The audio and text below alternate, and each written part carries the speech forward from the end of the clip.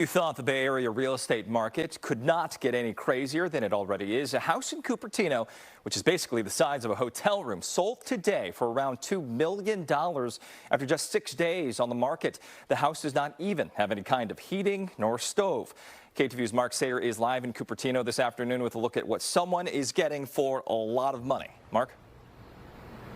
Indeed, Greg. The house behind me, you're looking at the whole thing, 384 square feet. But the buyer's agent said that more than 100 people came through here during the open house last weekend. A buyer has now been found. The deal's expected to close today. So what's the appeal?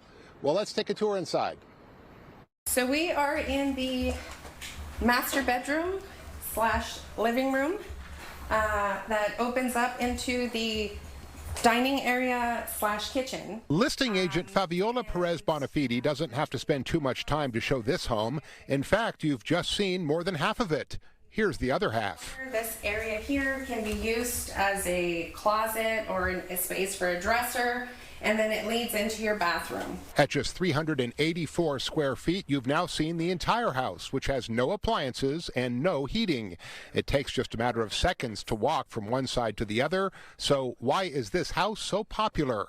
It is quite compact in size, but it has a big powerhouse of possibilities, which I think is what drew such huge crowds here over the weekend. The house sits on a 7,800 square foot lot, enough to build a nice sized new home. So just 6 days after the home was listed, Cherry Shee put down an offer that she says is well above the $1.7 million asking price. So how could I say? It's very crazy. She has been looking for at least 3 months and says finding homes in Cupertino has been even more difficult recently, since the Fed has not cut interest rates as some had expected it to do in recent months. The property I'm expecting bigger, but actually it's come out. Anyway, this is the price in this market. She is buying on behalf of another person who does intend to build here. Builder Amir Nagavi with Paradise Homes says the price to build varies depending on upgrades, but you could expect to spend over $1 million in a process with design and permitting that could take 1.5 years.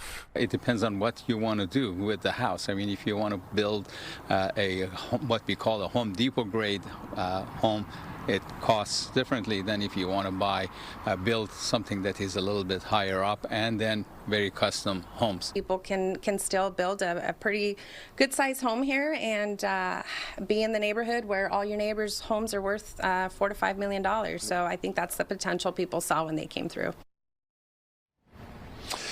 Now, this home was apparently originally a hunting cabin, which was built back in the 1940s. Some residents nearby say before a tenant actually moved in here, there were literally trees and bushes growing out of this house with deer roaming the territory. The tenant moved in, the house got cleaned up. The owner, who's never lived here apparently, decided it's time to sell.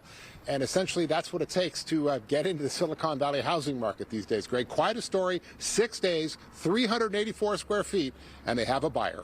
Yeah. I mean, a big investment. Mark, I want to ask you, you spoke to some of those neighbors. Yeah. I imagine their property values might be going up after this. So any reaction from them about how quickly and for how much this small home sold for? Yeah, all the homes around here, they estimate between $4 and $5 million. They're all much larger homes, 2,000, 2,500 square feet in that realm. So probably what's going to end up on this lot is something commensurate with what other neighbors around here already have. This has definitely been an outlier, but for whatever reason, the owner simply decided never to sell it and possibly foreshadowed he knew how great Silicon Valley would be, what the real estate market was. There's just no way to know, but obviously it turned out to be a good investment for 384 square feet. Yeah, no kidding. The Bay Area housing market for you. Mark Sayer live in Cupertino for us. Yep. Mark, thank you.